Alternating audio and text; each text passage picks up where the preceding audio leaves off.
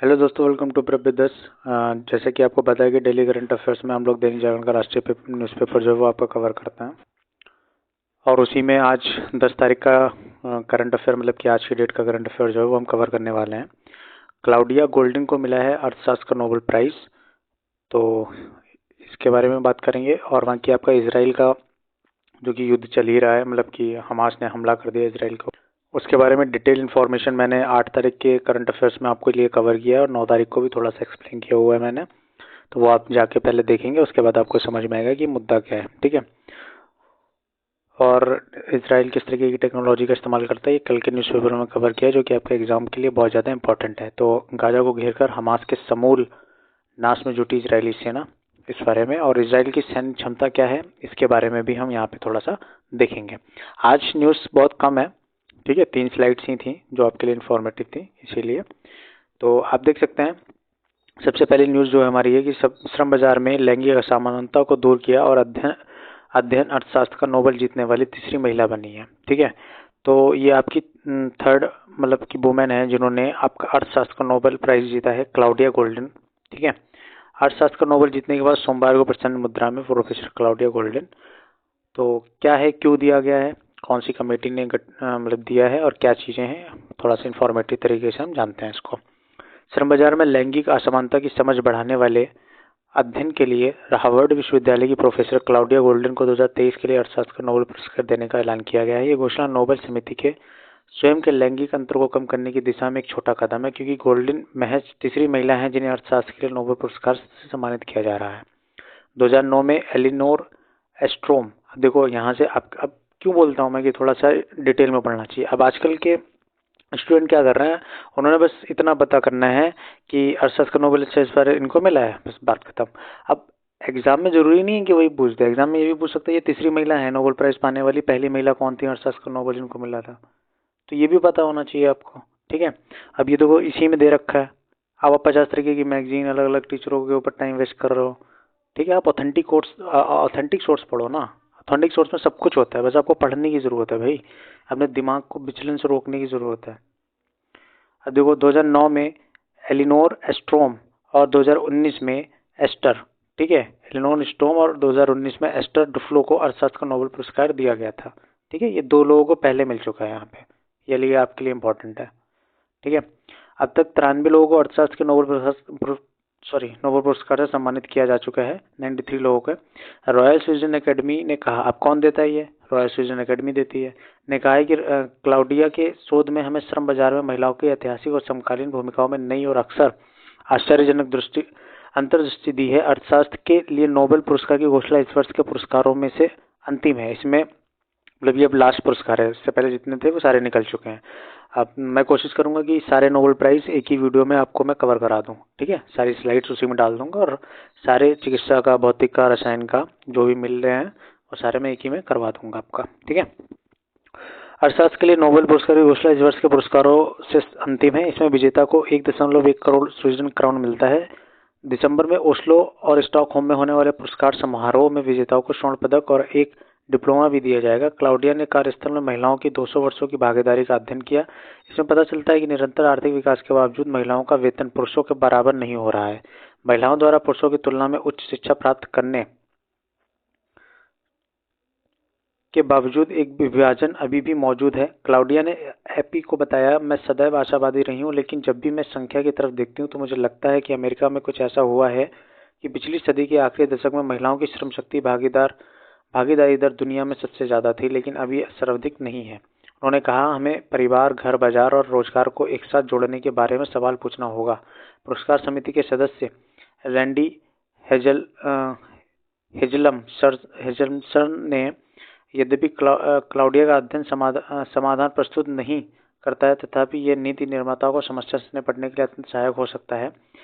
Claudia अंतर के स्रोत के बारे में बताती हैं और ये समय के साथ कैसे बदल गया और विकास के चरण के साथ कैसे बदलता है, इसके बारे में जानकारी देती हैं। इसीलिए कोई एकल नीति नहीं है, एक तरह से देखें तो यह एक जटिल नीतिगत प्रश्न है।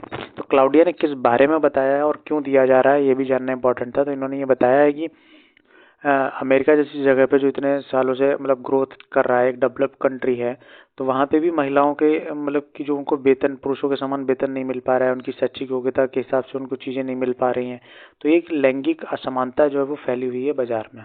ठीक है, तो उस अध्ययन के बारे में इन्होंने कुछ शोध किया और जहाँ से ये सारी चीज़ें निकल के आई हैं, इसके लिए इनको जो ये प्राइज़ जो है आपको दिया जा रहा है। और ये अर्थशास्त्र का नोबेल प्राइज पाने वाली तीसरी महिला है। पहली महिला जो 2009 में इनको मिला था एलिनोर एस्ट्रोम को, 2019 में एस्टर डुफ्लो को मिला था। ठीक है, ये आप ध्यान रखेंगे, आपके लिए बहुत ज़्यादा इम्पोर्टेंट है। आगे, गाजा को घेरकर हमास के समूल नाश में जुटी इजरायली सेना। तो हमास के इलाके में इजरायली ने 1 लाख सैनिक भेजे, 3 लाख रिजर्व सैनिकों को बुलाकर किया तैनात। तो ये थोड़ी सी न्यूज़ टाइप की चीज़ें हैं। आगे इसके बारे में डिटेल मैंने 8 तारीख और 9 तारीख के पेपर में बताया है, वहाँ से आप उसको देखेंगे और समझेंगे। इजरायली सेना की सैन्य क्षमता के बारे में हम देख लेते हैं। तो इजरायली सेना की जो सैन्य क्षमता है वो क्या है। इसराइल तो एक तो पहली बात मैंने जो आपका कल का न्यूज़पेपर है उसमें मैंने बताया आपको, और उसमें उन्होंने बताया भी है कि किस तरीके से इसराइल जो वो अपने देश को प्रोटेक्ट कर रहा था। उसने एक एयर डिफेंस सिस्टम लगा रखा था, जो कि ऊपर से कोई भी अगर मिसाइल आती थी तो वो उसको क्या कर देता था, हवा में ही मार के ख़त्म कर देता था। ठीक है, उसका आप मुझे नाम बताइएगा अगर आपने कल वाली वीडियो देखी हुई है तो।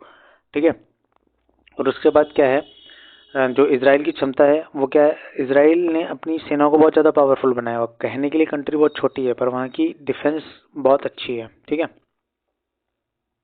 तो 601 युद्ध विमान है, 2200 टैंक, 1,73,000 सक्रिय सैनिक, 4,65,000 रिजर्व सैनिक, 300 रॉकेट लॉन्चर, भारी संघर्ष वाले क्षेत्र, गाजा पट्टी में इसराइल की एयर स्ट्राइक, मिस्र, गाजा पट्टी, इसराइल, ये 3 पार्ट में इस तरीके से आप देख सकते हो यहाँ पे है। तो मैंने बताया था कि आपका इसराइल वेस्टर्न आपका जो नदी वाला पोर्शन है, और उसके बाद आपका गाजा पट्टी। तो गाजा पट्टी से ही जो फिलिस्तीनी लोग हैं वो गाजा पट्टी पे रह रहे हैं, इसराइल पे उन्होंने अटैक किया हुआ है। इसराइल जो वो यहूदियों की कंट्री है। ठीक, ये सारी चीज़ें यहाँ पे थी।